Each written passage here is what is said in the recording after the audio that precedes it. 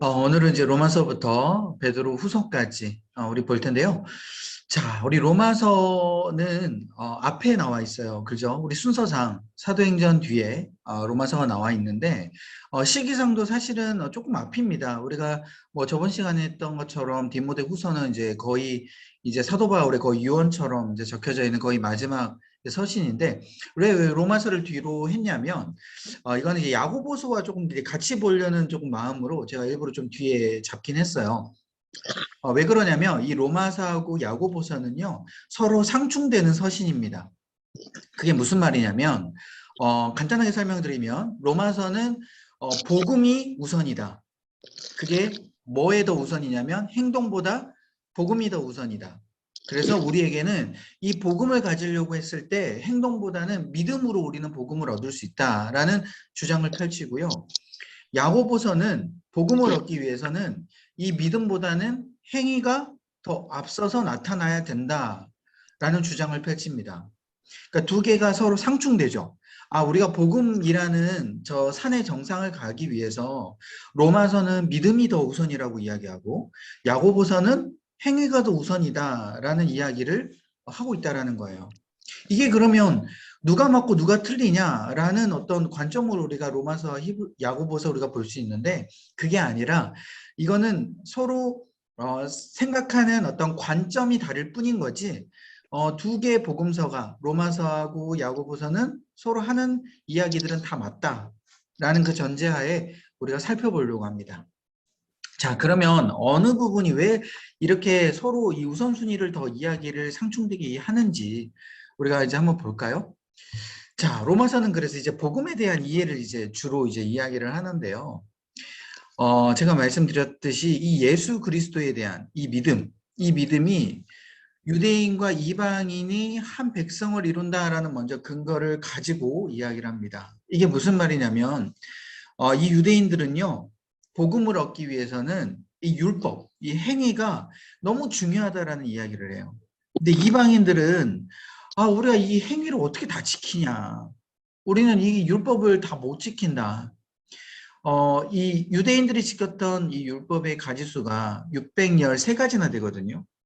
근데 이거를 바리새인과 우리가 잘 아는 우리 서기관들, 이 바리새인과 서기관들은 이거를 다 철저하게 다 잘 지켰어요. 그래서 이 바리새인과 서기관들이 이 율법을 600가지가 넘는 이 율법을 다 잘 지켰기 때문에 자신들은 얼마나 뿌듯했겠습니까? 그러니까 우리들은 이 율법을 잘 지켰으니까 하나님께서 우리를 구원해 주시겠지라는 그러한 가치관으로 이제까지 행동을 해왔고요. 그래서 예수님께서 이 바리새인과 서기관들을 무엇이라고 비판을 했죠? 이 독사의 자식들아라는 이야기를 많이 했잖아요. 너희들은 그렇게 행위만 잘 지켜서 무슨 구원을 받겠다고 그렇게 생각하느냐라는 그런 이제 바리새인과 서기관들의 이제 행위에 대해서 엄청나게 비판을 한 거죠. 그러니까 유대인들은 너무 행위 중심적이었어요. 이 행위만을 가지고 이 복음을 우리는 얻을 수 있다. 그러니까 이방인들이 보기에는 이게 너무 숨막히는 거죠. 그죠?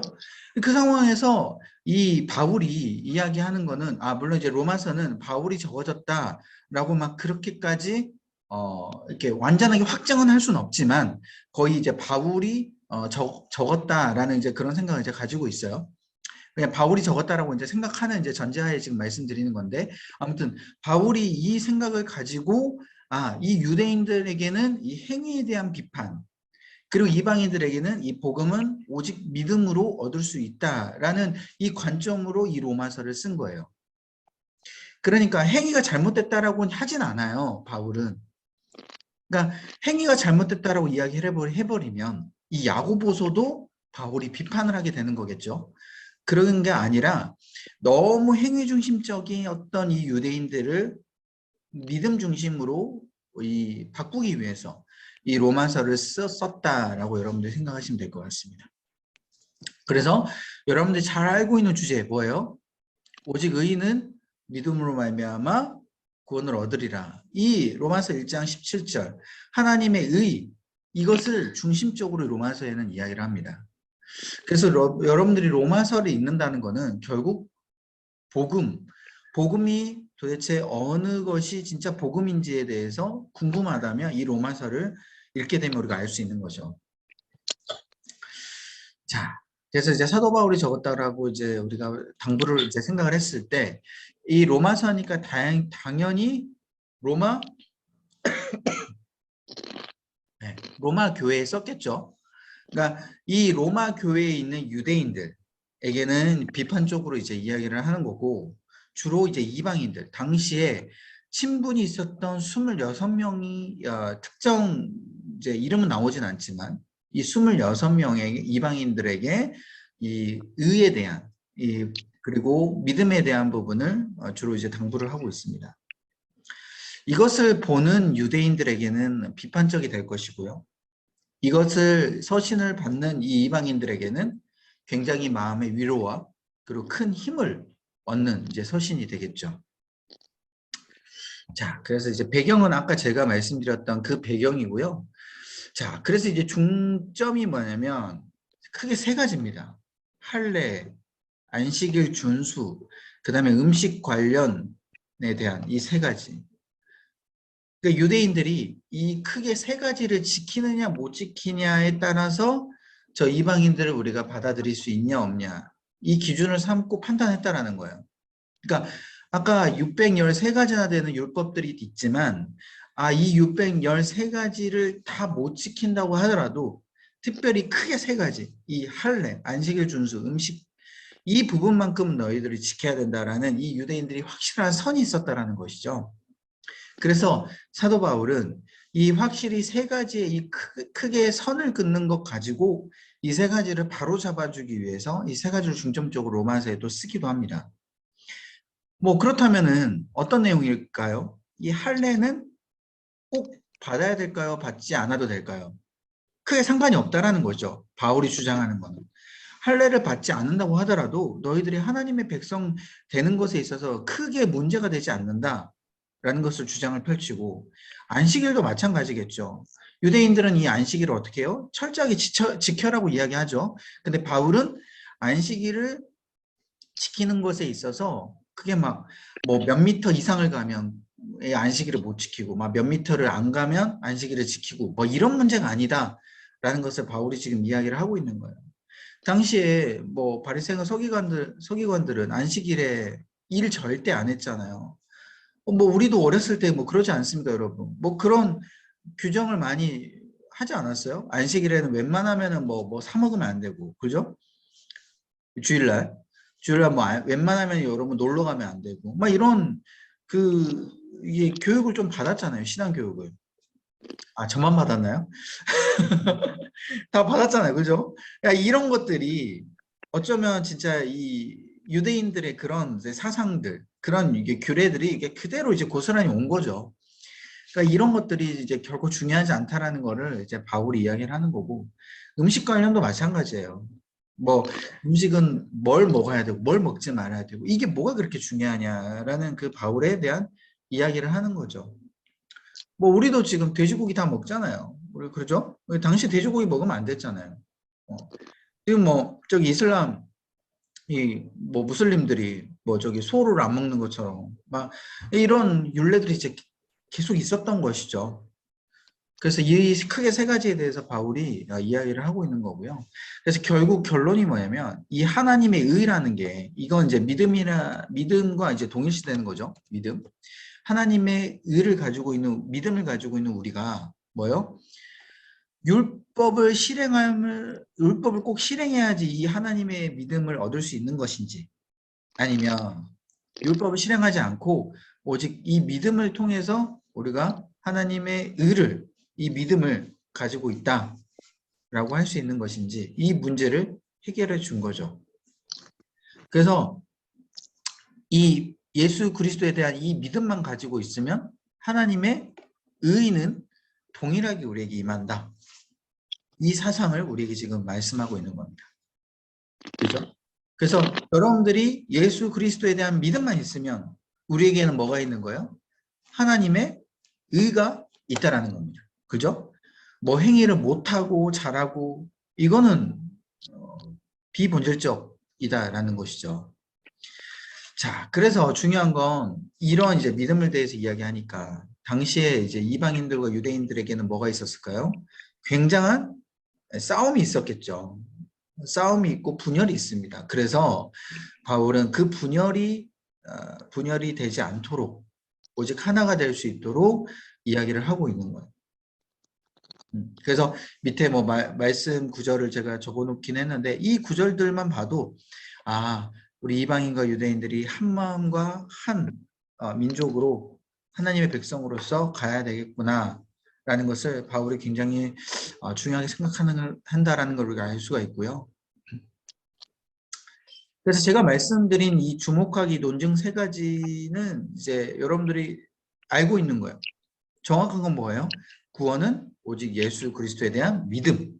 이게 중요하게 이야기를 하고 있는 거고, 그 다음 이제 논증 세 가지랑 보시는데, 이거 여러분들은 이제 가만 생각해 보면 알 수 있는 겁니다. 자, 크게 세 가지를 이야기하는데, 첫 번째는 죄악에 대한 보편성을 이야기해요.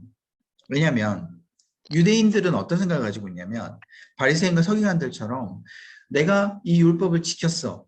이 지켰으면은 내가 어떻게 되는 거예요? 의인이 되는 거잖아요. 그러니까 굉장히 나는 죄인이다라는 그 은혜 사상이 없어요. 이 바리새인들에게는. 왜? 율법을 지키느냐 못 지키느냐에 따라서 이게 그 하나님의 은혜가 임했다라는 그런 이제 기준이 되기 때문에 바리새인들에게는 율법을 딱 지키고 나면 어떤 마음이 드는 거예요? 내가 잘했으니까 나에겐 지금 죄가 없어. 난 하나님 앞에 의인이야. 너무 떳떳한 거죠.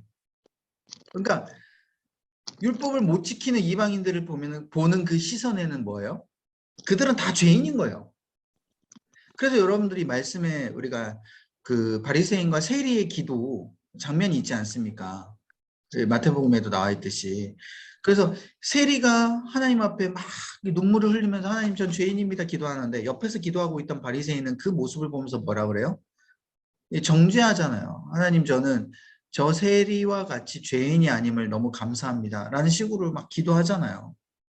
그런 모든 사상이 바리새인과 이 유대인들에게는 있었다라는 거예요. 그런데 이 바울은 거기에 대해서 콕 집어 이야기해 주는 거야. 너희들이 행위를 그렇게 지켰다고 해서 죄인이 아닌 게 아니다. 그 죄악의 보편성.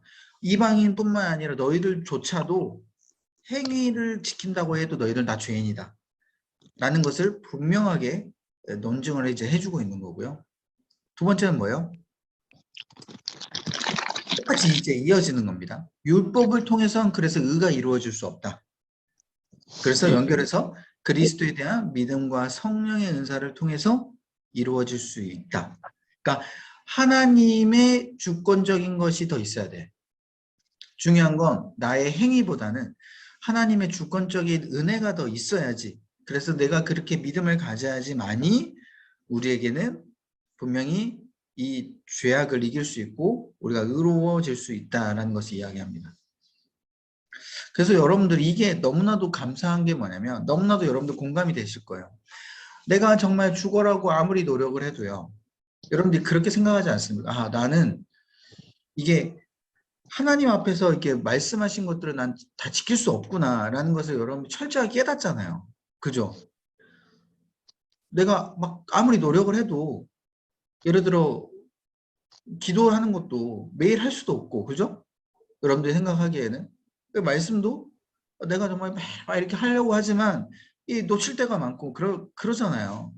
그러니까 나는 아무리 노력해도 하나님께서 보시기는 그 기준에는 난 미치지 못하구나라는 그런 어떤 나의 한계를 막 느낀단 말이에요. 이게 진짜 복음에 대한 감사가 나올 수 있는 기본적인 마인드라는 것이죠. 그러니까 이것을 바울이 철저하게 이야기를 해요. 너희들이 아무리 노력을 하고 율법을 지킨다고 할지라도 600열 세 가지를 너희들이 지킨다고 할지라도 너희들 지키지 못한 것들이 있다. 그리고 너희들 거기에 대한 한계가 분명히 있다라는 것을 분명하게 바울이 이야기해 주고 있어요. 이 세 번째도 마찬가지예요. 결국 그러기 때문에 뭐예요? 이방인들과 유대인들에게는 차별 없다. 그러니까 너희들도 지키지 못하는 그 율법, 이방인들에게 그렇게 막 강요하고 그렇게 하지 마라. 그래서 이 감람나무라는 이제 단어가 나오거든요. 11장 24절을 보면 이 감람나무가 뭐냐면 이 접붙임이 되는 거예요. 감람나무 자체가 이제 예수 그리스도에 대한 부분을 이야기하는데, 이 보통 이제 가지를 이제 접붙임 하잖아요. 나무 가운데. 이 접붙임이 다 되는 거예요. 우리가 하는 예수 그리스도에게. 우리는 다 이방인의 가지였는데, 이 감람나무의 접붙임이 되는 거죠. 예수님에게. 그래서 너희들 그걸 생각해야 된다라는 거예요. 너희들 원래 여기에 가지가 아니었어. 너희들 다 그냥 죽을 수밖에 없는 가지였는데 어느 순간 하나님께서 은혜를 주셔서 너희들이 이 감람나무의 접붙임이 되어서 원래 가지처럼 보일 뿐이야. 라는 것을 이 감람나무의 비유를 통해서 이야기를 하고 있는 것이죠. 이해되시나요? 되시죠? 그래서 이 로마서는요, 어려운 서신이 아니라 이 복음에 대해서 무엇인지를 그냥 철저하게 이야기한 서신이다라고 생각하시면 될 것 같아요. 그래서 여러분들이 이 밑에 보시면 이제 구조는 제가 말씀드린 다 그 구조 내에서 다 이루어지고 있어요. 그래서 첫 번째는 예수 그리스도에 대한 믿음을 근거로 해서 모든 사람에게 차별 없이 적용되는 하나님의 의가 있다라는 것을 먼저 주제를 이야기를 해버림으로 통하여서 시작을 합니다. 로마서가. 그래서 이제 그 다음부터 이제 논증을 이어가고 이제는 복음에 대해서 더 이제 자세하게 이야기를 하는데, 아까 처음에 이제 세 가지 있죠. 할례, 안식일 준수, 음식 관련 율례. 이 세 가지를 이제 이 구조 내에서 지금 설명을 합니다. 그래서 먼저 할례. 아까 말씀드렸듯이 믿음의 근거는 마음의 할례에 있다. 이게 지금 중요해요. 그러니까 실제적으로 몸의 할례를 받았다고 해서 너희들이 구원을 얻는 게 아니라 마음을 진짜 할례를 해야 된다라는 것을 이야기를 하고 있죠. 그래서 마음 자체가 굉장히 안 좋고 하나님 앞에 죄악을 짓는데 이 몸 할례를 해봐야 그게 무슨 소용이냐라는 그런 뜻으로 지금 사도 바울이 이야기를 해요. 자, 특별히 누구를 이야기하냐면 이 아브라함을 이야기하는데요. 여러분, 아브라함이 처음에 할례를 받고 나서 하나님 앞에 의로움을 입었을까요? 아니면 할례를 받기 전에 하나님 앞에 의로움을 받았을까요? 네. 전혀 모른 척 하지 마시고 할례를 받기 전에 하나님께서 의롭다고 이미 칭해 주셨어요. 아브라함에게. 그러고 나서 그 이후에 할례를 받은 거예요. 하나님께서 할례를 해라 그래가지고. 그래서 아들 이삭하고 같이 아브라함이 할례를 받잖아요. 여러분 이게 모른 척 하세요. 그러잖아요. 그러니까 결국 이것을 지금 사도 바울이 논증을 하면서 이거를 이제 근거로 이야기를 하는 거예요. 야 봐라, 너희들이 그렇게 믿음의 조상이라고 생각하는 이 아브라함도 할례를 받고 나서 하나님 앞에 의로움을 받은 게 아니다. 하나님께서 먼저 의로움을 칭하셨다고 한 이후에 그 다음에 할례를 받았다. 그래서 아브라함이 이방인으로서 먼저 있었을 때 하나님께서 의로움을 인친 것, 너희들이 이 사실을 기억해야 된다라는 것을 이야기를 합니다. 자, 그리고 두 번째는요. 그래서 이제 연결하는 이제 주제는 이것도 이제 거의 주제문과 마찬가지예요. 우리가 그래서 죄를 이기기 위해서는 우리가 사망의 법, 율법이 아니라 오직 생명의 성령의 법, 이 마음의 할례죠. 이 마음의 할례와 마찬가지인 거예요. 이 마음의 이 믿음으로 은혜로서 우리가 하나님 앞에 죄악을 이길 수 있도록 나아가야 된다라는 것을 이야기합니다. 그래서 진짜 우리 마음 가운데요. 하나님께서 중요하게 생각하는 그 은혜를 가지고 있는 계속 이 은혜를 지키려고 하는 하나님께서 원하시는 이 기준을 우리가 지키려고 하는 그 마음이 과연 있느냐 없느냐, 이게 너무 중요하다라는 거예요. 하나님께서 보시기에는. 실제적으로 행동은 그렇게 못했다고 하더라도요. 자, 그 다음에 이 유대인 대다수가 그리스도 안에 있는 이 복음의 소식에 반응하지를 않았어요. 그러니까 중요한 건 할례나 뭐 아까 음식이나 이런 것들, 이 율법을 지키지 않아도 하나님 앞에서 믿음으로 우리가 구원을 받는다. 이런 것들이 이미 사도 바울이 이미 이야기했다라는 거예요. 그러니까 사도 바울이요. 이거 지금 처음 이야기한 게 아니에요. 로마서에 뭐 처음 이게 선포하는 게 아니라 이미 많은 사람들에게 복음을 전할 때 뭐 전도여행 하는 것뿐만 아니라 많은 사람이 복음을 전할 때 뭐라고 전했겠습니까? 예수 그리스도를 믿으세요라고 복음을 전했잖아요. 뭐 복음을 전할 때 율례를 지키세요, 율법을 지키세요라고 복음을 전하지 않았단 말이에요. 이거는 이미 사도 바울이 이미 로마서뿐만 아니라 예전에도 사람들에게 이렇게 예수 그리스도를 믿어라라고 복음을 전했는데 유대인들이 그 사도 바울이 전한 그 복음의 그 핵심을 믿었을까요? 안 믿었을까요? 이게 못 믿었어요. 중요한 건 진짜 이들에게는요. 아, 하나님이 정말 나를 사랑하실까? 이 율법을 안 지켜도 하나님이 우리를 구원하실까에 대한 그 근본적인 밑에 그 뭐죠? 신뢰를 갖지 못한 그 마음의 이렇게 어려움 이런 것들이 그 밑에 저변에 깔려 있었다라는 거예요. 여러분 그러잖아요. 우리 그 부모님들이 이렇게 아이를 키우면서 어때요? 마음 아픈 게 엄마 아빠가 나를 사랑하지 않는 것 같아 라는 이야기를 할 때, 그리고 엄마 아빠가 나를 이렇게 뭔가 좋아하지 않는 것 같아, 막 이런 이제 마음 가운데 생각을 가지고 있거나 그런 표현을 하면요 부모님들이 굉장히 마음이 이제 아프잖아요. 그러니까 이런 것과 마찬가지예요.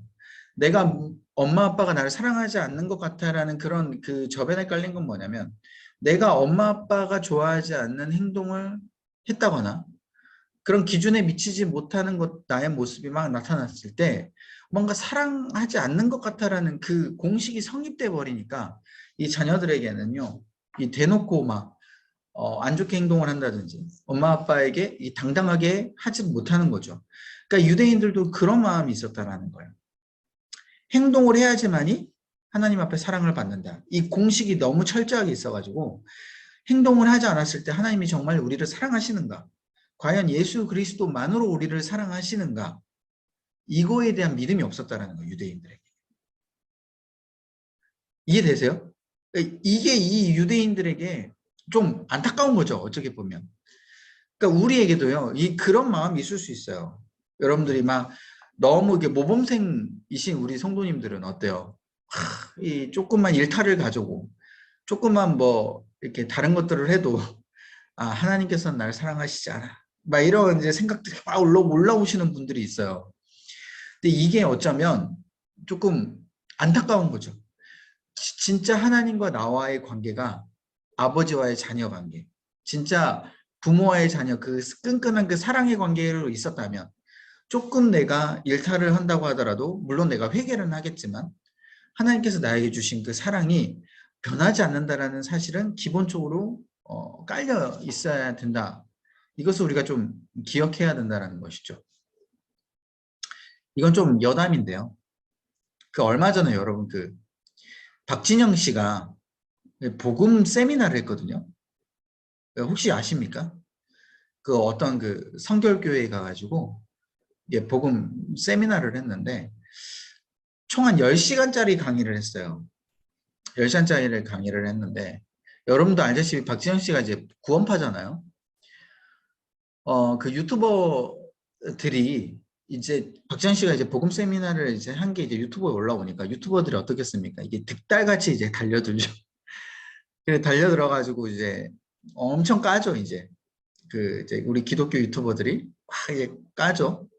그런데 어 의외로 반반 의견들이 나뉘었어요. 그 어떤 유튜버들은 아 박진영 씨가 구원파라고 해서 내가 지금 깔려고 그 세미나를 들었는데 듣고 보니까 사실 틀린 말이 하나도 없더라 라는 생각을 가지고 계신 유튜버들이 있었고요. 또 어떤 분들은 들었는데 아 이건 여전히 뭐 구원파 이야기다 라고 생각해서 까는, 이런 이게 두 파로 나뉘어졌는데, 까지 않았던 이 유튜버들은요 이 논증을 해요. 박진영 씨가 지금 뭐 구원파든 아니든 그냥 이 복음 세미나만 봤을 때 이게 문제가 없다라는 식으로 이야기를 하는 그런 것들을 이렇게 막 올리더라고요. 그 중에 한 분이 이제 제 동기 한 분인데, 동기 한 사람도 이게 그냥 박진영 복음 세미나를 듣고 나서 이게 그 뭐가 이제 크게 문제가 되지 않는지에 대해서 이제 영상을 올렸거든요. 근데 이제 거기에 이제 제가 이 이야기를 왜 했냐면 그 논증이 바로 구원파는 사실 복음에 대한 부분이잖아요. 내가 복음을 받아들이면 이미 구원을 받았다라는 거잖아요. 그래서 나는 구원을 받았으니까 더 이상 뭐 죄를 마음껏 지어도 되고 하나님께서 뭐 난 이제 구원 받았으니까 뭐 그 죄에 대해서 뭐 정말 이렇게 특별하게 막 뭐 지옥에 다시 나를 떨어뜨린다거나 이러진 않을 것이다. 그 이제 생각으로 사실 구원파들은 이제 이단으로 빠진 건데 박진영 씨가 이제 요는 박진영 씨가 복음 세미나에서 이야기했던 부분은 그렇게 이야기는 하지 않고 내가 하나님 앞에 복음을 받았다라는 확신은 분명히 맞다. 그런데 그 확신을 가지고 있어야지만이 우리가 죄를 지을 때 두려움으로 벌벌 떨면서 죄를 짓고 나서 아 하나님 내가 나를 혹시 지옥에 보낼까? 막 두려움으로 떨지 않는다라는 거예요. 그게 핵심이다라는 것이죠. 우리가 보통 죄를 짓고 나서 우리 마음 가운데 다 복음의 확신들이 있으시니까 구원의 확신들이 있으시니까 어떤 생각을 가져요? 죄를 짓고 나서 그러지 않잖아요. 막 죄를 짓고 나서 아 나 진짜 지옥에 떨어지면 어떠지? 막 이런 걱정하신 분 혹시 안 계시잖아요. 그죠? 확신이 있으시기 때문에. 다만 걱정하는 건 뭐예요? 아 하나님께서 나를 책망하시고 나를 심판하시고 아 그 심판이 이제 막 지옥까지는 아니고 나의 어떤 그 죄에 대한 심판 그 부분을 혹시 하시지 않을까 거기에 대한 걱정과 염려지 내가 진짜 죽고 나서 저 천국에 못 갈까 봐 두려워하신 분들은 없다라는 거예요. 이게 박지현 씨가 이야기하는 핵심이었는데 그 제 동기분도 그걸 이야기하더라고요. 이게 구원파는 복음을 믿고 나서 내가 확신을 가지고 나서 죄를 짓고 난 이후에 아 이게 뭐 하나도 당당하다라는 거죠. 근데 박지영 씨는 분명히 죄를 짓고 나서는 회개해야 된다라는 건 맞다. 이 부분은 분명히 밝히고 있다는 거예요. 죄를 짓고 나서 하나님 앞에 눈물을 흘리면서 참회하는 건 맞지만 복음의 구원의 확신이 있는 사람들은 죄를 짓고 나서는 아 내가 정말 지옥에 떨어질까? 거기에 대해서 막 벌벌 떨면서 그렇게 나아가진 않는다. 왜냐하면 이미 부모와 자녀 간의 그런 그 관계처럼 이게 확신에 대한 관계가 돼 있기 때문에 다만 우리가 회개하는 이유는 뭐냐면 어때요? 하나님의 마음이 아프시니까 하나님께서 여기에 대해서 분명히 안 된다고 말씀하시니까 우리는 자녀됨에 따라서 우리가 거기에 따라서 회개를 하는 거지 우리가 막 지옥에 떨어질까 봐 벌벌 떨어서 회개하는 게 아니다라는 그 핵심을 이야기를 했거든요. 저도 그 이야기를 들으면서 저도 이제 박지한 복음 세미나를 다 듣진 않았는데 잠깐 들었는데 그런 부분은 제가 상당히 동의가 됐어요. 그 부분은 맞는 말이거든요. 이것만 가지고는 구원파라고 정단할 수는 없거든요. 다만 어떤 이제 조금 오류가 되는 부분들은 물론 있었어요. 그리고 약간 조금 잘못 생각하면 아 이단적인 사상으로 빠질겠다라는 생각은 있었지만 이 로마서에서 이야기한 이 복음의 핵심도 이것과 지금 비슷하다라는 거예요. 어쩌면 우리가 하나님 앞에 죄를 짓고 그 죄에 대해서 하나님 앞에 회개하는 건 맞지만 우리가 그 죄에 대해서 정말 구원의 문제까지 그러니까 우리는 예수 그리스도를 믿음으로 구원은 받는 게 확실하기 때문에 이 죄 하나가 들어와 가지고 우리의 천국과 지옥을 갈라버리는 그 기준이 된다. 그 사실은 잘못된 진리다라는 것이죠. 로마서는 바로 그걸 이야기하고 있는 거예요. 사도 바울은. 제가 이렇게 지금 길게 정확하게 설명한 이유를 여러분 아시겠습니까? 이게 중요한 핵심이기 때문이에요. 여러분 우리도 이 로마서의 핵심을 잊어버릴 때가 있어요. 우리가 뭐 죄를 짓거나 뭔가 하나님께서 그 굉장히 어떤 안 좋은 어떤 그 우리 기준에 아 이거 하나님 너무 싫어하실 것이다라는 그런 생각을 가지고 뭔가 나중에 이제 깨닫고 이제 마음이 들면 어때요? 마음이 너무 안 좋잖아요. 안 좋아서 이게 굉장히 막 두려울 때가 있어요.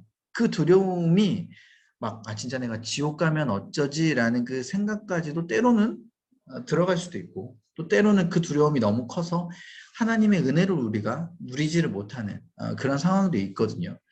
근데 우리가 이것을 기억한다면 우리가 하나님 앞에 당당하라는 게 아니라 우리가 눈물로써 회개하고 참회하면서 나아가는 건 맞지만 우리 마음 가운데 저 깊숙한 곳에 우리 그 두려움은 하나님 앞에 맡겨드리고 우리의 하나님의 그 은혜를 받아들이는 시간도 분명히 필요하지 않나. 이게 여러분들이 좀 기억하셔야 될 것 같습니다. 그래서 로마서는 약간 좀 이런 이제 복음에 대한 이제 교리, 복음에 대한 이제 부분들을 이야기하는 거기 때문에 좀 새로 오신 뭐 새신자라든지 조금 복음에 대해서 조금 마음이 이렇게 정립이 안 되신 분들에게는 이 로마서를 읽어야지 이 복음에 대한 부분이 이게 정립이 잘 제대로 되거든요. 또 이제 그냥 읽으면 좀 이해 안 되는 부분도 있기 때문에 혹시 여러분들이 이제 주변의 분들에게 이런 복음에 대한 부분을 이야기할 수 있으면 여러분들이 조금 같이 이야기해 주시면서 조금 힘을 주시면 좋을 것 같습니다. 아무튼 네, 이 로마서만 지금 너무 많이 했는데 자, 그 다음 보시면 이제 12장에 그래서 우리가 이제 산 제물로 드려야 된다라고 이야기해요. 그러니까 사도 바울은 그냥 하나님의 은혜만 받고 땡쳐라 이런 얘기가 아니라 우리가 죄를 짓고 나서 하나님 앞에 회개를 할 때는 정확하게 우리의 모든 삶과 우리의 마음, 우리의 모든 육신 자체가 하나님께 제물로 바쳐드리는 그런 삶이 돼야 된다라고 철저하게 분명히 밝히고 있어요. 그래서 사도 바울이 이야기하는 건 이 두 개가 너무 균형 있게 너무 잘 잡힌 거예요. 이 복음에 대한 생각이. 내가 지옥에 떨어질까 두려움은 갖진 않지만 나의 삶 자체는 어떻게 해요? 철저하게 하나님 앞에 제물로 드리는 삶. 이런 삶이 이 복음에 대한 생각과 행동에 대한 생각이 같이 균형 있게 나아가야 되는 것이죠. 그래서 결코 야고보서와 대조가 되진 않습니다. 복음에도 이 로마서에도 분명히 이야기하고 있어요. 이 행위에 대해서 산 제물로 드려야 된다. 근데 이제 보통 이제 복음서를 이제 로마서를 읽다 보면 사람들이 이건 뭐 믿음으로 말미암아 뭐 구원을 얻는다 했으니까 뭐 마음대로 살아야지라고 생각하지만 그건 로마서를 제대로 읽지 않은 거예요. 여기 산제물로 들어라라고 이야기하잖아요. 그죠? 그 다음에는 이제 바울 자신이 복음을 전하는 자신의 역할을 이제 지적하고 있습니다. 자신은 복음을 이렇게 전하는 믿음으로 말미암아 복음을 전하는 사람. 그래서 이 사도 바울이 어때요? 자신도 예수님을 믿는 사람들을 잡아 가뒀잖아요. 예전에 사울로서. 자신도 죽을 수밖에 없는 사람이었는데 하나님의 의로 말미암아 자신이 이렇게 지금 복음을 전하고 있다라는 거예요. 그 사도 바울의 자신의 경험을 비추어서 자신도 이러한 사람인데 너희들 분명하게 하나님 앞에서 회개하고 철저히 회개하고 예수 그리스도 믿는 믿음으로 나아가면 구원을 받는다라는 것을 이야기를 하고요.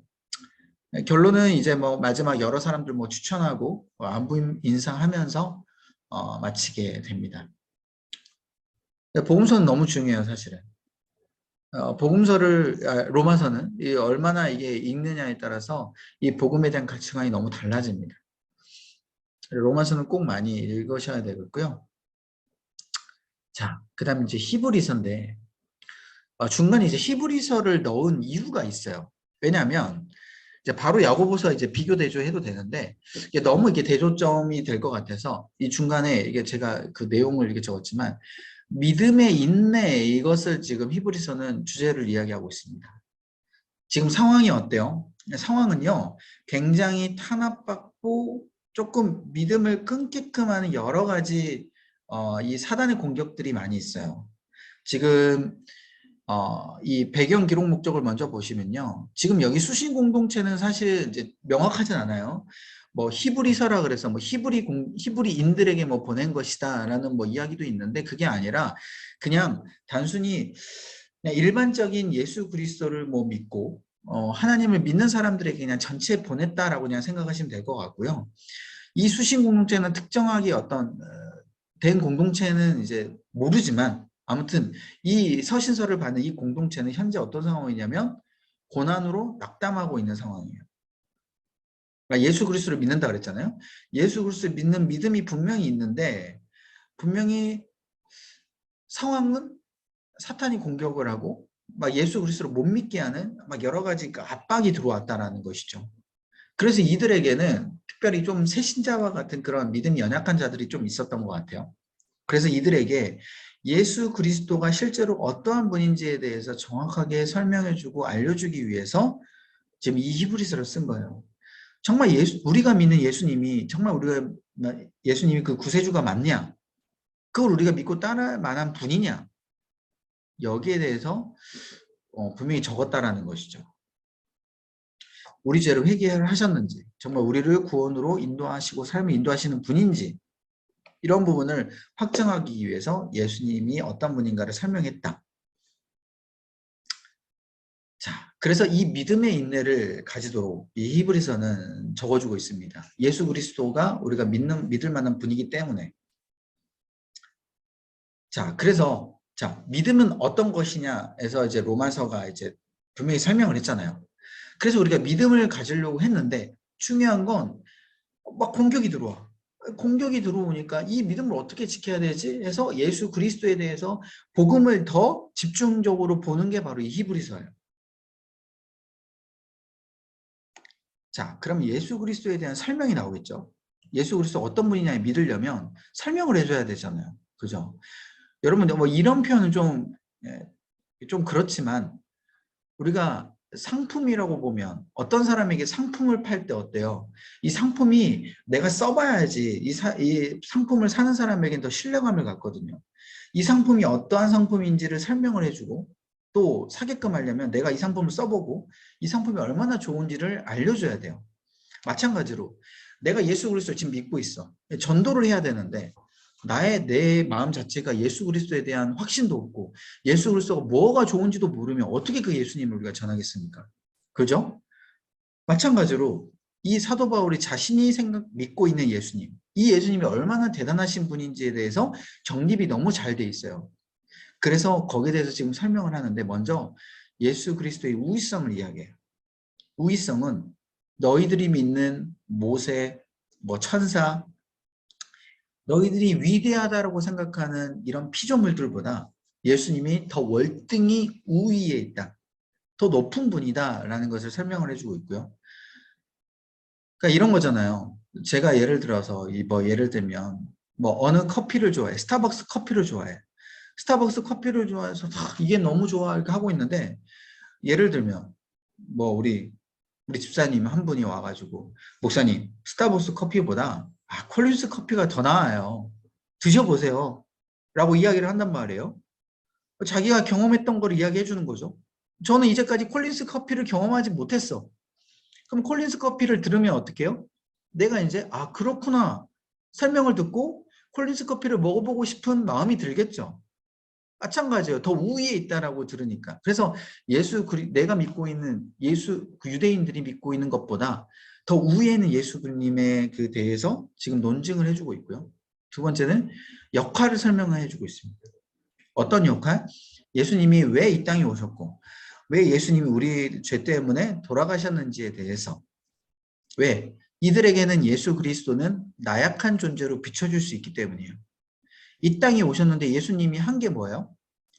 물론 병자들도 고치시고 여러 가지 많은 것들을 행하셨지만 결국 결론은 어떻게 된 거예요? 실패처럼 느껴지는 거예요. 십자가에 달려 돌아가셨기 때문에. 약하게 보인다는 것이죠. 이들이 믿는 구세주라는 건 하늘에서 천군천사와 구름 타고 내려와가지고 모든 사람을 다 쓸어버리는 놀라운 위대한 구세주로 생각하는 부분이 있는데 십자가에 달려 돌아가시니까 어때요? 이건 나약한 분 아니냐 이렇게 생각할 수 있어서 예수님이 왜 그렇게 했는지에 대해서 역할에 대해서도 설명을 하는 것이죠. 그리고 그 예수님이 죽으심을 통해서 어떻게 되는 거예요? 대제사장의 역할이 되는 거예요. 옛날에 구약시대 때 양이 죽어서 하나님 앞에 죄를 사해 줬던 것처럼 예수님이 양이 되셔서 대제사장처럼 그렇게 제사를 드려가지고 단번에 제사를 드려서 희생제물이 돼서 죽었다. 그런 역할에 대해서 크게 두 가지를 설명을 합니다. 그래서 여러분들 읽어보시면 되겠지만 하나님 아들의 우월성, 첫 번째 천사보다 우월한 예수님에 대해서 설명을 하고요. 두 번째는 모세보다 우월한 예수님. 아까 말씀드린 건 똑같아요. 그들이 믿고 있는 천사, 모세 너무 월등하다고 생각했는데 그들보다 더 높으신 예수님이 있다. 너희들 이 예수님을 믿어야 된다. 라는 것을 이야기해 주고 있고요. 두 번째는 역할론에 대해서 대제사장이라고 그랬잖아요. 대제사장은 여러분 어떤 사람이에요? 구약시대 때 대제사장은 한 명밖에 없고, 그죠? 많은 이스라엘 백성들에게 대표를 해서 어때요? 혼자서 지성소에 들어가서 거기서 제사를 드리는 사람이 바로 대제사장이에요. 그러니까 예수님이 어때요? 모든 인류의 대표가 되는 거예요. 한 사람. 그래서 사람들의 죄를 대신해서 짊어지신 거죠. 그런데 구약시대 때 대제사장과 다른 점은 뭐예요? 구약시대 때 대제사장은 사람이잖아요. 그러니까 죄가 있는 거예요. 본인도 죄가 있어요. 본인도 죄가 있으면서 다른 사람의 죄를 사한다고 들어간 거죠. 그런데 이제 자신이 죄가 있으니까 이미 들어가기 전에, 지성소 들어가기 전에 양을 잡아가지고 자기 피를 뿌려가지고 자기가 죄를 먼저 속한 다음에 지성소에 들어가잖아요. 근데 예수님은 그럴 필요가 없다라는 거죠. 차이점은. 예수님은 흠도 없으시고 죄도 없으시기 때문에 양의 뭐 피를 자신의 몸에 뿌릴 필요도 없고 그냥 자신이 그냥 단번에 죽으면 돼요. 자기가 희생 제물이 되는 거죠. 양이 되는 거예요. 그래서 예수님이 대제사장과 양이 같이 되는 거예요. 그래서 이 두 가지의 예수님의 역할론을 지금 설명을 하고 있고요. 자, 그래서 우리가 어떻게 해요? 이 예수님의 대제사장의 역할을 통해서 우리가 영원히 하나님께 나아갈 수 있음을 이야기하고 있고요. 다음 이제 믿음이 이제 어떤 것인가에 더 구체적으로 설명을 합니다. 야, 그래서 우리가 이 믿음을 제대로 가지기 위해서는 예수 그리스도를 믿었을 때 어떠한 상황이 나오냐라는 것을 이 히브리서는 이야기해줘요. 우리가 알다시피 히브리서 이제 11장 보면은 이제 믿음장이라고 하거든요. 이 믿음장에 누가 나와요? 믿음의 선진들이 쭉 나옵니다. 그래서 뭐 아브라함, 뭐 사라, 뭐 등등 여러 가지 이제 믿음의 선진들이 나오면서 그 선진들이 어떻게 해요?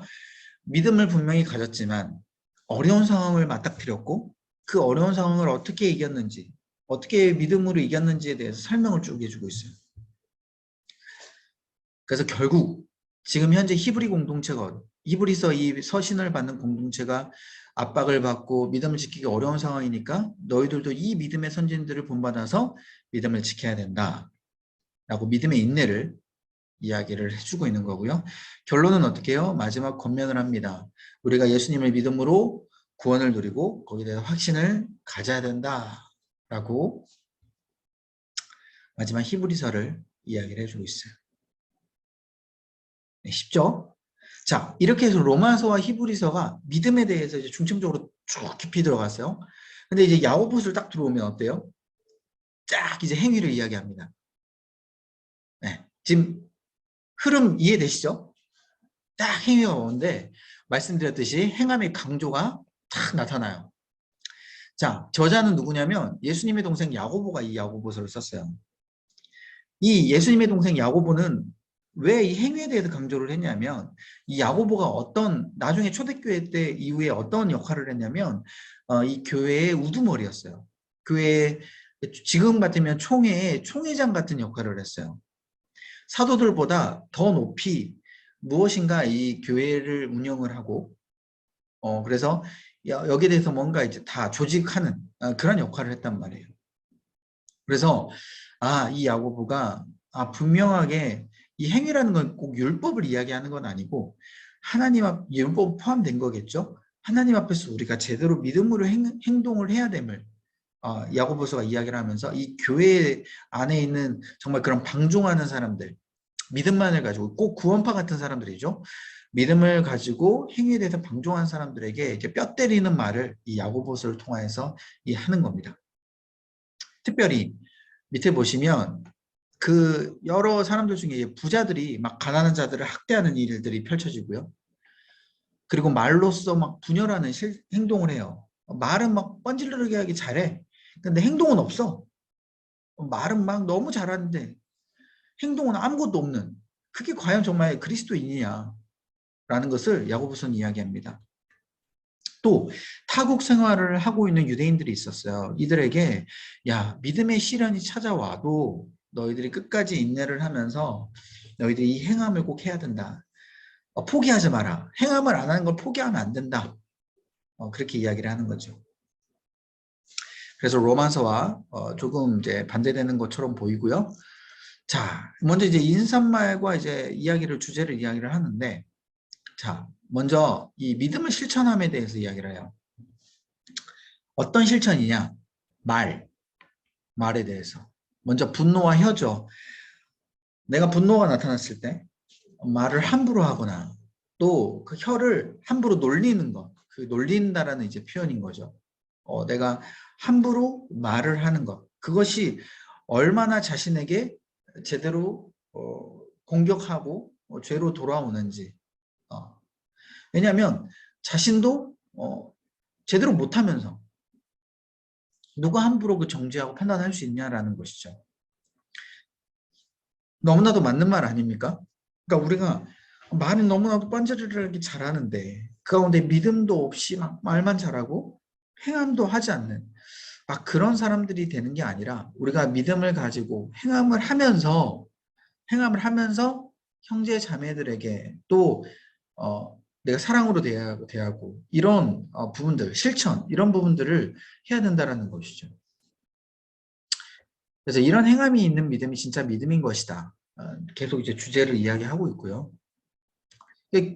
이게 너무 중요해요. 제가 그래서 지금 밑줄을 안 그었는데, 그래서 정말 우리가 믿음이 있다면요, 행함이 자연스럽게 나오게 돼 있다라는 거예요. 그러니까 내가 열심히 행해야지, 막 열심히 막 노력한다고 해서 그 행함 자체가 나오는 게 한계가 있다라는 것이죠. 우리 마음 가운데 믿음이 있고 우리 마음 가운데 정말 하나님께서 주신 그 사랑, 그게 그 믿음이 있다면 우리에 나오는 행함은요 막 억지로 막 노력을 하고 막 이런 게 아니라 그게 자연스럽게 나올 수 있다라는 거예요. 이건 단순히 여러분 뭐 기도를 해야 된다, 말씀을 봐야 된다 이런 차원이 아니라 우리에게 주신 하나님의 기본적인 성품을 이야기해요. 성품, 말, 그리고 사람들 대하는 것, 사랑에 대한 실천. 이런 행함이 우리에게는 자연스럽게 나온다는 거예요. 이해되시죠? 네. 그리고 이제 그 다음에 공동체 내부의 분열이 있는데 당시에 말을 통하여서 교회 내에도 막 분열이 일어나고 막 다툼이 일어납니다. 그래서 이 말을 막 서로 함부로 하게 되고 막 네가 잘났니 내가 잘났니 너가 옳니 내가 옳니 막 이런 이제 분열이 일어나니까 이제 야고보서는 그 교회 안에서의 그 분열을 막기 위해서 이런 믿음과 행함에 대해서 일치를 이야기하고 말이 결국은 함부로 하는 것은 믿음이 없다. 그렇게 이제 정죄를 하는 것이죠. 그래서 이게 중요해요. 우리의 말은 하나님을 찬양하도록 창조되었지 세상의 것을 따르지 말고 하나님을 가까이하여 믿음의 본이 되기를 주장한다.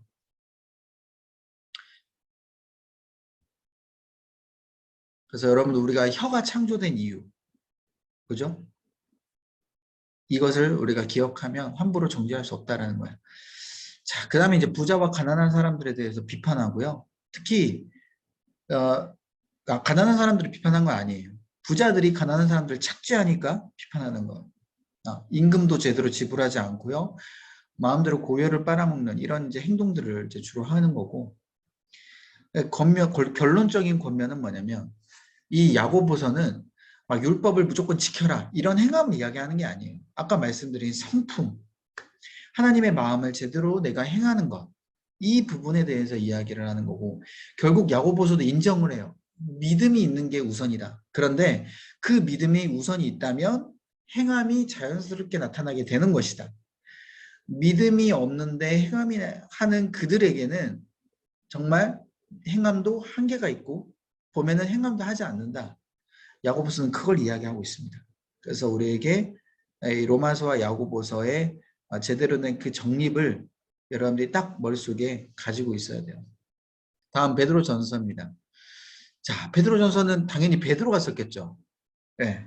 베드로가 어떤 공동체에 썼는지는 모르겠는데 유추하건대 밑에 대상이 있어요. 소아시아에 주로 썼어요. 왜냐하면 1장 1절에 이렇게 나와요. 5지방이 나옵니다. 본도, 갈라디아, 갑바도기, 아시아, 비두니아.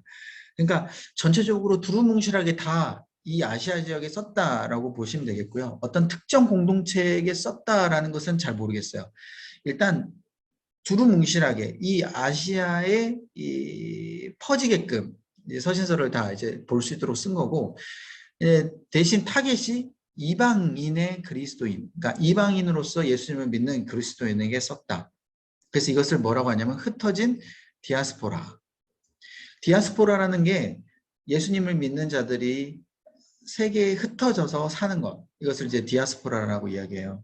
이 디아스포라가 어디 나오냐면 사도행전에 나오는데, 사도행전에 이제 바울이 사울이었을 때 핍박하잖아요. 핍박하고 나서 스데반이 죽습니다.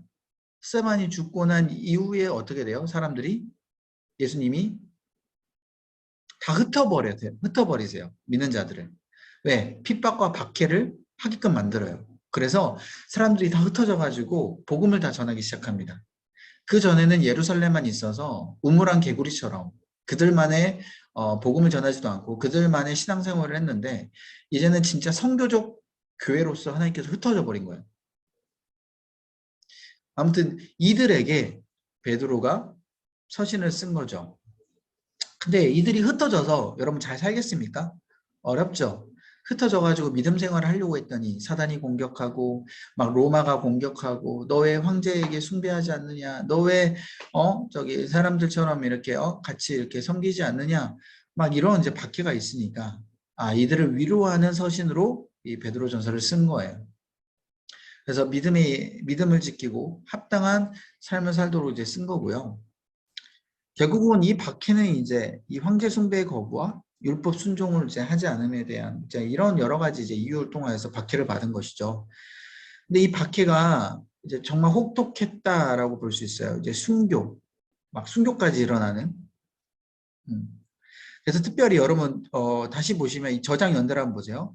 64년에서 65년경이잖아요. 이때가 어떤 시기냐면 저번에 디모데 전후서를 이제 봤겠지만 거의 말년이에요. 사도 바울의 말년. 사도 바울의 말년 이때는 박해가 심했습니다. 그래서 사도 바울이 곧 있으면 순교를 당하는 시기였어요. 그러니까 결국은 어때요? 베드로도 사도 바울이 순교당하는 모습을 보고 자신도 어때요? 나도 이제 곧 있으면 순교당하겠구나. 라는 그러한 이제 생각으로 사실 쓰게 된 거예요. 어떻게 보면. 그래서 이 혹독한 이 박해의 권한 자체가 결국은 이제 영광을 안겨주는 축복이다. 비장하게 이야기를 하는 겁니다, 사실은. 여러분들이 한번 순교를 당한다고 한번 생각해 보세요. 곧 있으면 내가 순교당하는 걸 알아. 그럼 여러분들이 한번 유언처럼 쓴다고 생각을 해보시면 어때요? 나는 이제 영광을 얻을 것이다. 이 순교를 통하여서 약간 비장한 각오로 이야기를 하겠죠. 이렇게 베드로가 이제 이야기를 하는 거예요. 이게 베드로 후서까지 이제 연결이 되는 거거든요. 그래서 결국은 우리가 이 영광을 위하여서 이 혹독한 고난을 견뎌야 된다라는 것을 이제 이야기하고 있고요. 그래서 소망이라는 이제 주제가 주로 나옵니다. 우리는 지금 이렇게 박해를 받지만 우리에게는 분명히 소망을 가지고 우리가 견뎌야 된다. 그래서 미래의 산소망. 첫 번째부터 미래의 산소망이라고 이야기해요. 소망은 소망인데 뭐예요? 살아있는 소망이다라는 거야. 그냥 난 곧 있으면 죽으니까 주여 그래요. 저는 영광 받도록 저는 이렇게 있겠습니다 하고 그냥 어떤 가만히 그냥 소망만 가지고 가만히 있는 게 아니라 적극적인 액션을 취하는 거예요. 살아있는 소망. 진짜 이 땅에서 내가 막 이렇게 막 피골이 상접해가지고 비실비실 그래 난 곧 있으면 죽는다. 그런데 영광을 가져야지 막 이러면서 막 벌벌 떨면서 힘들어하는 게 아니라 기쁨으로 뭔가 의욕 있게. 그래서 베드로가 이야기하는 건 지금 너희들이 곧 있으면 죽을 수도 있지만 저 천국 가면 뭐예요? 하나님께서 영광을 줄 것이고 면류관을 줄 것이고 지금 이 땅에서는 살아있게 희망 있게 그것을 바라보면서 살아라. 그것을 이야기하는 거예요. 그리고 결국 부활에 대해서 이야기하죠. 부활. 예수님이 부활했다라는 거예요. 제가 작년 우리 베드로전서 했잖아요. 그죠? 부활. 당시에 이스라엘 백성들의 그 부활에 대해서 잘못 생각하는 부분이 있었죠. 뭐예요? 우리 몸은, 육체는 부활하지 않는다. 이런 생각을 가지고 있었잖아요. 재림의 때에, 저 끝날에. 하지만 어때요? 끝날에는 진짜 우리 육체가 부활합니다. 육신의 몸을 입고. 이 베드로가 그 얘기를 하고 있는 거예요. 너희들 영만 저 천국에 가는 게 아니라 우리 육도 저 끝날에 되면 부활하니까 지금 이 고난을 잠시 잠깐으로 생각하고 끝까지 견뎌라 라는 것을 이야기하죠. 거룩한 삶에 대해서 요청을 이제 하는 겁니다. 연결해서. 그런데 하나님의 목표는 뭐냐면 우리가 이 땅에 살아갈 때에 이 신령한 집, 성전으로 우리가 살아가는 게 목표예요. 그러니까 그러면 우리가 뭐 이 땅에서 도대체 뭘 산소망을 가지냐, 어차피 죽을 건데 그런 생각을 가지고 있을 수 있겠지만 우리가 의욕을 갖는 그 산소망에 대한 그 목표는 뭐냐면 이 땅에서 우리가 그 세워가는 거죠. 우리가 성화가 되어가는 거야. 이 성화를 이제 집으로 표현을 한 건데 이 집이 뭡니까? 점점 하나님의 믿음으로 쌓여가는 거죠. 세워가는 거예요. 단단해지는 거예요. 반석 위에. 그래서 이 신령한 집 자체가 하나님께서 거하시기 때문에 제사를 드리는 이제 교회가 되는 것이죠. 그래서 우리가 있는 곳이 다 제사를 드리는 곳, 우리가 있는 곳이 다 교회가 되는 그러한 것을 이 사도 바울이 이야기를 하고 있습니다. 그래서 우리가 삶을 살아갈 때 이러한 이제 마인드로 우리가 삶을 살아야 되는 거예요. 다음 2장. 그래서 우리가 이렇게 행실을 믿음으로 행실을 했을 때 집을 세워가고 믿음으로 이제 행실을 했을 때 하나님께 영광이 된다. 근데 중요한 건 뭐냐면 지금 이방인들 우리가 박해하잖아요. 박해를 하기 때문에 우리가 이들을 악복복이라고 하는데 악을 악으로 갚지 말고 오히려 복으로 갚아라 라고 이야기를 합니다. 그래서 운전을 할 때 옆에 사람이 확 끼어들거나 하면은 욕을 하지 말고 오히려 축복을 해라. 그죠? 나에게 어떤 사람이 해코지를 했을 때, 욕을 했을 때 오히려 그 사람을 축복을 해라. 이러한 부분을 지금 사도 바울이 그 베드로가 이야기를 하죠. 그래서 이 선한 행실이 믿음으로 이제 집으로 쌓여간다라는 거, 이 행실 자체가 그렇게 나오는 것 같아요. 그래서 저도 그래요. 저도 이게 뭔가 조금 이제 성령 충만하지 않고 내가 하나님 앞에 조금 기도가 소홀하게 되면 저도 모르게 막 욱하는 게 막 나와. 나도 모르게 욱하는 게 나오고 막 비판하게 되고 말도 막 안 좋게 나가고 마음도 막 안 좋아지고 막 이런 것들이 행실이 나오는 거죠. 뭐 여러분도 그러지 않습니까? 이게 다 비슷한 것 같아요. 그래서 어떤 사람에게 내가 대하는 것도 내가 하나님 앞에서 내가 정말 믿음으로 잘 이렇게 가다 보면 성령 충만하고 믿음으로 잘 행실을 하게 되면 옆에 사람에게도 그렇게 동일하게 나오는데 그렇지 않으면 때로는 내가 막 화도 내고 안 좋은 그런 모습이 나오는 거죠. 그래서 여러 관계들에 대해서도 이야기를 하고 있고요. 그 다음에는 이제 선을 위한 고난의 축복을 이야기해요. 다시 고난에 대한 주제로 이제 넘어가는데 지금 이들이 받는 고난이요. 억울하잖아요. 억울하니까 하나님이 분명히 기억해 주신다. 그러니까 분명히 복이 있을 것이다. 그러니까 지금 당장 복이 없다고 생각하지 말고 지금 당장 고난으로 힘들다고 하지 말고 조금 하나님께서 기억하시는 것을 너희들이 생각해서 참아라. 그리고 그것이 결국 축복이다. 축복으로 연결될 거다라고 이야기를 해요. 그래서 여러분들 조금 억울한 일을 당하고 조금 안 좋은 일을 당했을 때 당장 그것을 갚지 말고 갚으려고 하지 말고 또 그렇게 막 굳이 애써서 알리려고 하지 말고 여러분들이 그냥 묵묵히 나아가다 보면 하나님께서 분명히 알아주십니다. 알아주시고 거기에 대해서 갚아주시는 때가 있어요. 때로는 여러분들 막 말하고 싶을 때 있잖아요. 난 그게 아니다라고. 막 억울하다고. 근데 뭐 여러분 다 경험해 보셨겠지만 굳이 그렇게 이야기를 해봐야 더 안 좋은 결과들이 또 나타날 때도 있더라고요.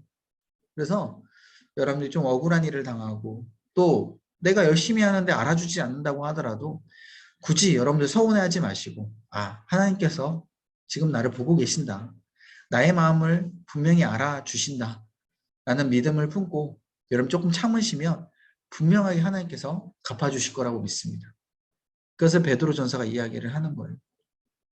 그래서 결론은 고난을 불시험이라는 표현을 쓰고요. 힘들지만 이 불시험을 기뻐해야 된다. 그리고 고난을 받게 되면 이 하나님께서 심판하시고 의인들이 구원해 주신다. 이 산소망. 그리고 세 번째는 믿는 사람들에게 본이 되는 행실로서 그래서 해야 된다. 그리고 마귀에게 승리하라. 라는 이 세 가지의 베드로전서의 내용으로 압축할 수 있습니다. 네, 맞아요. 베드로후서예요. 우리 베드로후서까지 하시죠. 자, 베드로후서는요. 베드로전서는 방금 이제 고난이잖아요. 고난이 이제 주된 주제였는데 이제는 약간 2단 쪽이에요. 고난에서 2단으로 이제 넘어갑니다. 이 고난은 아까 이제 로마나 그런 압박들, 믿음을 지키지 못하게 하는 그런 이제 여러 가지 핍박이 있었다면 지금 이제 그 내부적으로 안에서 이방인 그 거짓 선생들이나 이단들이 막 내부에서 이제 분열을 이제 시키는 거죠. 그리고 잘못된 진리를 전파하고 특별히 잘못된 진리가 예수 그리스도의 재림에 대해서 부정하는 이 잘못된 진리를 전파해서 이 이방인들 이 그리스도인들이 거기에 대해서 혼란을 가지고 굉장히 힘들어하는 그런 상황에 대해서 이제 베드로가 이야기를 하는 거예요. 자, 이것도 거의 뭐 시기는 비슷하고요. 비슷하게 썼고요. 자, 주목하기를 보세요. 이 부활을 부정을 합니다. 그래서 이방인들처럼 사는 사람들. 자, 부활을 부정했다는 건 어떤 뜻일까요? 내 육체가 부활하지 않는다는 뜻이니까 어때요? 육체를 함부로 쓰는 거예요. 내 육체는 중요하지 않아. 내 육체는 부활하지 않아. 그러니까 막 육체를 함부로 쓰는 거죠. 영으로만 내가 하나님 앞에서 뭔가 잘하는 것처럼 이제 보이게끔 하는 이제 그러한 이제 행동을 하는 거죠. 이건 뭐 어떻게 보면 좀 구원파와 좀 비슷한 부분이 있는데 이건 이제 영지주의 약간 이단입니다. 영지주의라는 게 육은 중요하지 않고 영만 중요하다. 그래서 영만 하나님 앞에 우리가 잘하면 된다. 그래서 몸을 함부로 굴리는 거죠. 막 마음대로 막 뭐 술도 먹고 막 마음대로 막 쓰고 막 이런 것들. 그래서 거기에 대해서 분명하게 사도 베드로가 이게 심판에 대해서 이야기를 합니다. 너희들 그러면 분명히 심판당한다. 분명히 이야기를 하고 있어요. 그러니까 탐욕, 방탕함 이런 것들이 막 나타나게 되는 것이죠. 그래서 연결해서 분명히 그리스도 재림은 확실하게 온다. 그런데 그 그리스도의 재림이 올 때 너희들 어떻게 된다? 몸이 부활할 것이다. 그리고 예수님의 분명히 재림 때 심판이 임한다. 그러니까 예수 그리스도의 재림을 분명히 부정하면 안 된다라는 거예요. 그러니까 분명히 예수님의 재림이 되는데 자꾸 예수님의 재림이 안 오는 것처럼 행동하고 또 몸도 막 함부로 하고요. 막 이런 것들이 분명하게 이제 사도 베드로는 이야기를 하고 있고요. 자, 그리고 이제 주제는 인사말이 바로 나올 때 주제를 이야기하는데 하나님으로 말미암는 의 그리고 우리 주 예수님에 대한 지식. 그러니까 지금 지식이라는 거 뭐예요? 그 부활에 대한 지식이죠. 부활에 대한 지식이 없어 이들에게는. 그래서 이들이 지금 분명히 가지고 있는 거는 가지고 있어야 되는 건 뭐냐면 다른 거는 다 가지고 있는데 이 부활에 대한 지식이 없다 보니까 어때요? 이 땅에 정말 뭐 하나님의 나라가 올 것인지 그리고 우리가 정말 하나님과 그렇게 한평생 이 몸의 육신의 부활을 입고 그렇게 사는 것인지 여기에 대한 부분이 전혀 없는 것이죠. 그래서 경건이 무엇인지 하나님의 나라가 무엇인지에 대해서부터 먼저 이야기를 해주고 있어요. 너희들 먼저 경건해야 된다. 몸을 함부로 굴리지 마라. 경건한 생활을 분명히 너희들 할 수 있다. 하나님은 거기에 대해서 모든 능력을 주실 것이다. 이야기를 해요. 그래서 의도적인 노력이 필요하다라고 이야기를 하죠. 노력해야 돼요, 여러분. 우리가 행위를 할 때. 그래서 경건의 자질이 없는 자는 열매 맺는 그리스도인이 될 수 없다라고 이야기를 하고 있고요.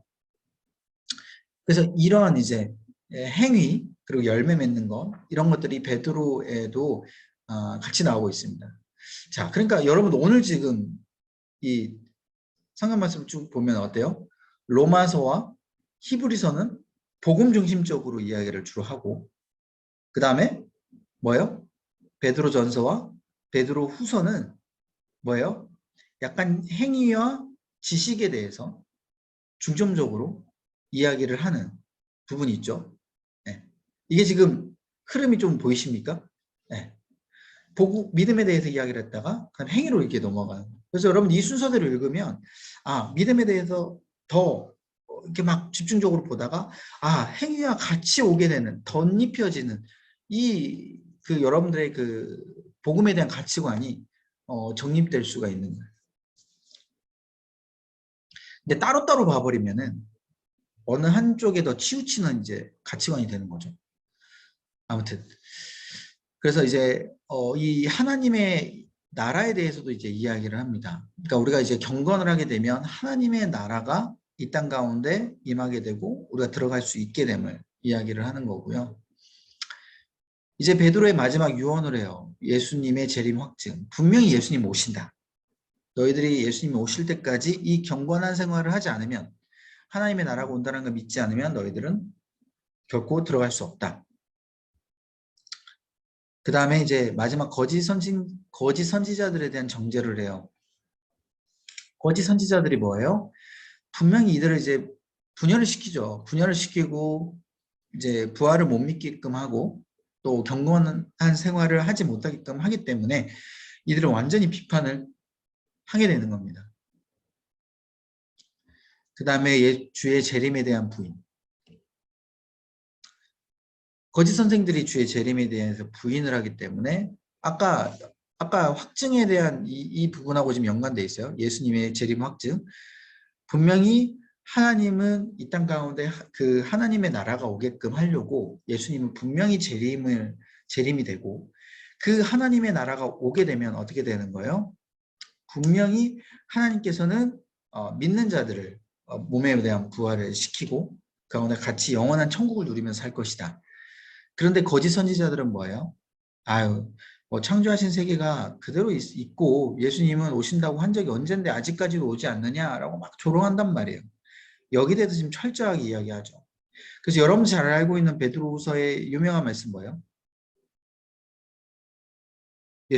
주님에게는 하루가 천년 같고 천년이 하루 같다.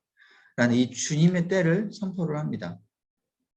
분명히 주님이 오신다고 한 게 우리에게는 정말 긴 것처럼 느껴지지만 벌써 2000년이 지났지만 주님에게는 이게 하루와 같다.